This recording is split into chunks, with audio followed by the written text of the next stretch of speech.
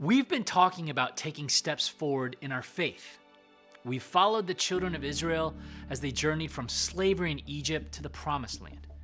And we began this series by talking about how God met them where they were and then invited them to take one step forward by giving them the Ten Commandments. It was the first stop on their journey from being slaves to free people. The invitation they received, this invitation to leave what they had always known and step into something unknown, must have been pretty nerve-wracking.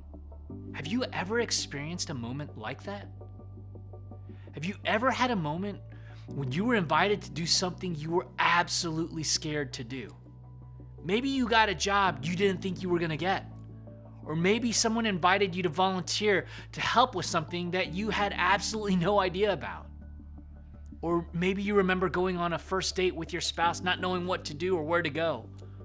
Or maybe it was when you brought your first baby home from the hospital. We've all had these moments when we feel like we're completely out of our league, when we feel like we don't have what it takes. Throughout life, we find ourselves in territories where we've never been. I'd be willing to bet that every single one of us has been asked to step into a role or an opportunity that's scary, yet exciting. Last week a friend of mine told me he had the opportunity to adopt 5 kids at one time. Last month, another friend of mine told me his job was getting restructured. And so he's no longer in charge of a team of 10 people, he's in charge of a division of 1,000 people. Life's opportunities are in front of you. And the question is, what are you going to do? Are you going to step forward or not? I believe God wants to shape you and me in these moments. I believe God gives us these moments as opportunities for us to experience forward motion. In the Bible, a man named Joshua found himself in several faith-stretching situations. And what I love about Joshua is that he wasn't all that different from you and me. He was a pretty normal guy. But he happened to find himself in some really challenging circumstances. And he let God use those circumstances to grow him. Today, let's see where it all started for him. For Joshua, his story began under the leadership of Moses. Joshua was an Israelite, and he had heard about this promised land that God had set apart for his newly freed people. Joshua had traveled with the Israelites, following Moses out of Egypt and through the desert. So let's pick up the story on the day that everyone had been waiting for, the day they're all about to enter into the promised land. They've arrived on the edge. And the book of Numbers tells us what happens next. The Lord now said to Moses, "Send out men to explore the land of Canaan, the land I am giving to the Israelites. Send one leader from each of the 12 ancestral tribes." So Moses picked 12 guys to do a sort of a recon mission in the land. And Joshua was one of the guys that he picked. It was a huge honor. Moses told the guys, hey, when you go into this new land, there are a few things I want you to look for. See if anyone is already living there. And if so, note how strong they are. Pay attention to the soil, the land, the fruit, the trees. And then come back and let me know what you find. Sounds easy enough, right? But here's a fun fact. Other translations of these verses don't use the word explore. They say spy. This wasn't just some happy little let's go find some figs and make some new friends kind of trip. It was a legitimate spying mission. That sounds like it could be a little worrisome. But off the 12 guys went to spend 40 days spying on the land. And they found good fruit. They found huge grapes, some figs. But they also found huge people, big people. After the 40 days, the 12 spies, they came back to Moses and the rest of the Israelites and gave this report. "We entered the land you sent us to explore, and it is indeed a bountiful country, a land flowing with milk and honey. Here's the kind of fruit it produces. But the people living there are powerful, and their towns are large and fortified. We even saw giants there. We can't go up against them. They are stronger than we are." Did you hear the tone of what the spy said? Could you sense the emotion driving their response? It was fear. They were afraid. How are they going to conquer the powerful people living in the promised land? How would they survive?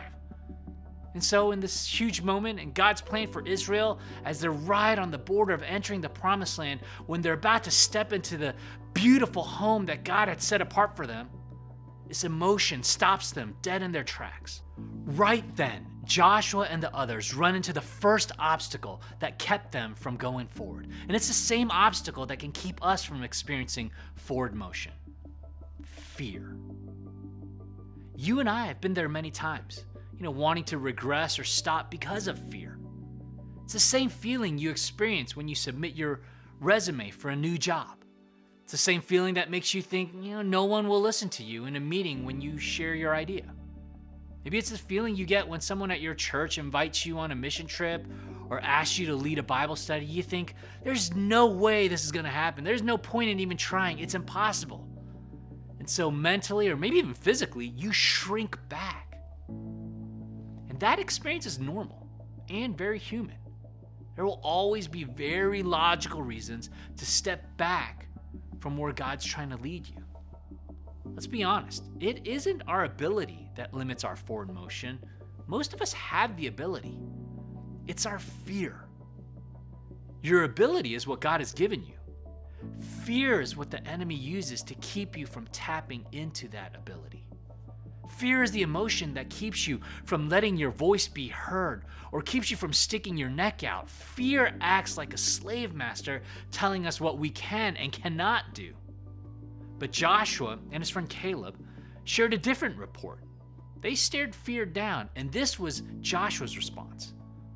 The land we traveled through and explored is a wonderful land. And if the Lord is pleased with us, he will bring us safely into that land and give it to us. It is a rich land, flowing with milk and honey. Do not rebel against the Lord, and don't be afraid of the people of the land. They are only helpless prey to us. They have no protection, but the Lord is with us. Don't be afraid of them. Instead of letting fear be a sign to step back, Joshua allowed his fear to be a sign to step forward.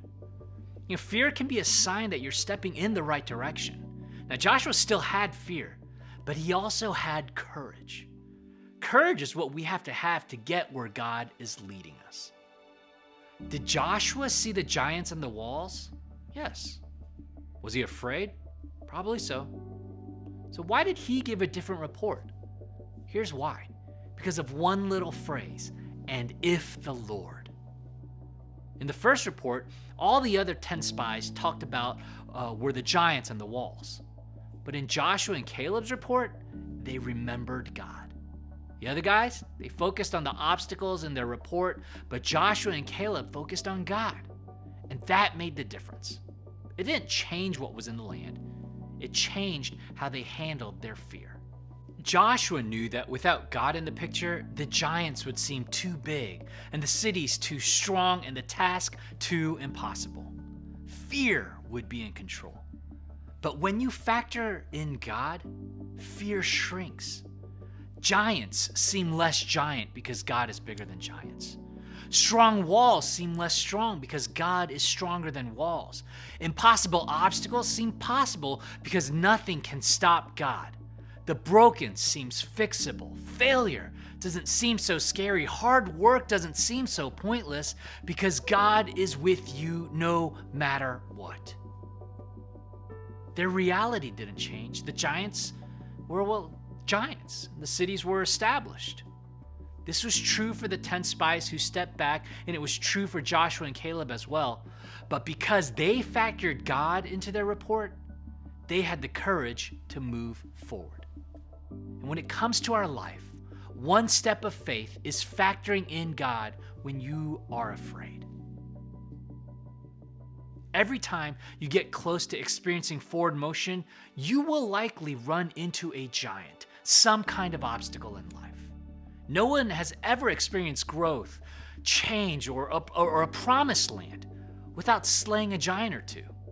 At the same time, on the other side of every giant you face is the thing God has been leading you towards. As one of my favorite authors, Susan David, says, discomfort is the price of admission to a meaningful life. On the other side of the giants is destiny. Beyond the fear and lack of confidence, there is a new place. Of all the things that we've talked about through the course of this series, my prayer for you is that you will have an "and if the Lord" moment. Without that, fear is going to win and forward motion will be impossible. For some of us, you've made a mess of life and you're trying to figure out what's next. Because we've all got giants that we're facing. Maybe it's a health problem that seems hopeless, or a marriage that looks bound for disaster, or a financial situation that tells us there's no way out.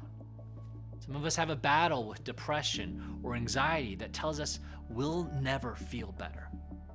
Or simply a fear of the future that's so crippling that has us stuck in the same place for years. Some of us feel like forward motion is impossible. We've looked at our situation and come up with a report that says the giants are just too big and the cities are too strong. That's why some of us have given up on our dreams. Some of us had decided to get comfortable in a season or a stage that God only intended to be a part of the journey. Could we find our way forward? What if we began to factor God into the report of our current situation? What if we began to say to ourselves, "and if the Lord"?